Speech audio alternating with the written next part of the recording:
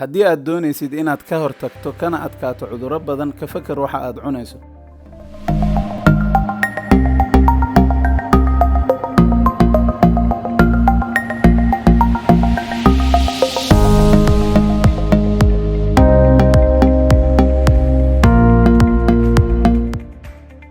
السلام عليكم ورحمة الله وبركاته. كسو دوادا جنالك الدكتور أحمد يوسف كتخصصي عذرات الجود نايف مرينكا أما عذرات كدع فيره.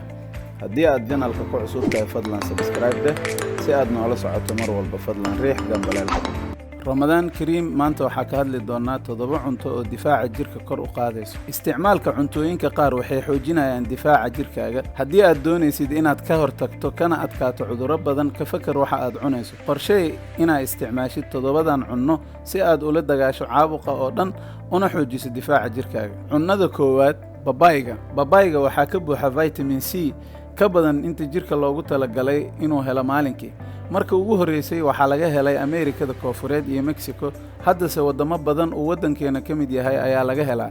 waxaa ku jirta maado la yiraahdo babayin kaalmeynaysa murqaha jirka iyo dheefshiidka. waxaa kaloo laga helaa potassium, vitamin B, folate iyo vitamin A, kulligood aad ayay muhiim ugu yihiin difaaca jirka. babayga wuxuu leeyahay maadooyin la dagaala wasakhda jirka soo gasha ee loo yaqaano antioxidants. cuntada labaad, tuunta waxaa lagu daaweeyaa cudurro badan oo ku dhaca neef mareenka iyo dheefshiidka.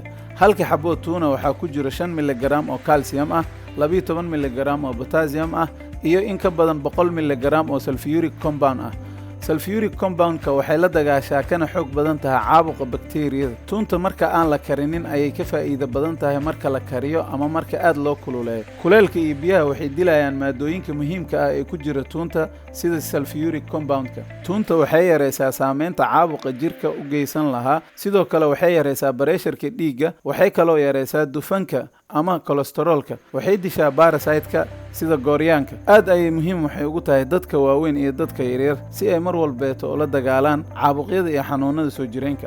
cunnada saddexaad, green tea-ga ama shaaha cagaaran, waxaa ku jira maado la yiraahdo flavonoid oo wasakhda jirka ka saarta iyo EGCG oo ah maado difaaca jirka kor u qaada. waxaa fiican biyaha lagu shubaya caleenta in aan aad loo karkarin sababtoo ah waxaa dhimanaya maadooyin ku jira caleenta. cunnada afaraad, sanjabiil ama ginger, waxay ka caawinaysaa yareynta caabuqa sida dhun xanuunka kalgoysyada iyo hergebka.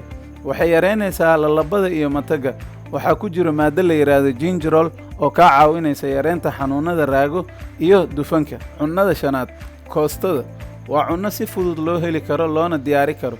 waxaa ka buuxa vitamin C, calcium, iron, magnesium, potassium, vitamin A iyo folate oo ah nafaqooyinka muhiimka u ah difaaca jirka. waxay leedahay maadooyin la dagaalama wasakhda jirka soo gasha sida beta carotene, waxayna la dagaashaa caabuqa. waxay faa'iido badan leedahay marka aan aad loo karkarin sida caleemihii iyo cunnooyinkii aan hore u soo aragnay. waxaa meesha idinkaga muuqda mar walbeeta in ay faa'iidada laga helayo cunnada ay aad u badan tahay marka aan biyaha lagu karkarin si aana loo dhumin maadooyin aad muhiim ugu ah difaaca jirka. cunnada lixaad, miraha liinta oo loo yaqaano citrus fruit-ka ama liin oo dhan. noocyo badan ee liinta leedahay, noocyadeeda kala duwan oo dhan. waxaa ka buuxa vitamin C, waxaa la siiyaa badanaa dadka marka uu hergebka ku dhaco si difaaca jirka kor loogu soo qaado, iyo dhiigga cadcad oo muhiim aad uga ah la dagaalanka caabuqa. waxaa Nutritional Journal Research ee daabaceen lagu sheegay in vitamin C ku filan haddii uu qofka qaato uu si fudud ula dagaali karo guud ahaan caabuq, gaar ahaan caabuqa neef mareenka iyo saableyda, shubanka iyo malaariyada iyo wixii la mid ah, in uu qofka ula dagaali karo si fududna uu difaaca jirka uga adkaan karo caabuqyadaas haddii uu qofka vitamin C-giisa uu aad u fiican yahay ama vitamin C ku filan qofka uu qaato maalin walba. waxaa intaasoo faa'iidaa ka helaysaa liin dhanaanta, liin bambeelmada, mandariinida, oranjada iyo wixii la mid ah oo liin ah. maadaama uu jirkeena keedinin sidoo kalena uu soo saarin vitamin C, waxaa muhiim aad u ah in maalin walba aan helno 75 ilaa 100 mg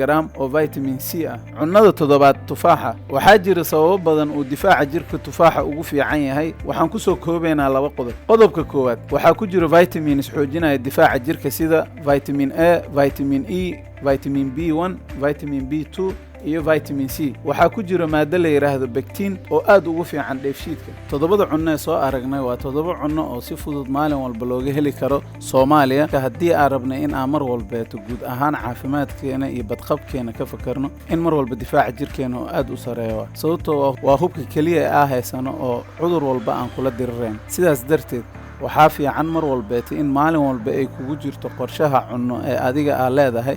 7dan cunno marka ay ugu yar tahay 4 ilaa 3 cunno oo kamid ah waa qofkii heli karo. qofkii kale heli karinna Ilaahay ha siiyo. insha Allah waxaan isku dayeynaa in aan soo badino fiidiyoyada uga hadlayno dadka waxyaabaha ay sameyn karaan si ay caafimaadkooda kor ugu qaadaan ayagoo aan isticmaalin wax daawo ah, si dabiici ah qofkan caafimaadkiisa uu kor ugu qaadi karo. ahmiyad weyn ay noo leedahay qofka caafimaadkiisa asagoo aan waxyaabaha kiimikaaliska ah uusan isticmaalin, sababtoo ah waxaa la arkay qofka marka uu si dabiici isku daaweeyo waana ka cimri dheer yahay dadka kale, waana ka caafimaad badan yahay dadka kale.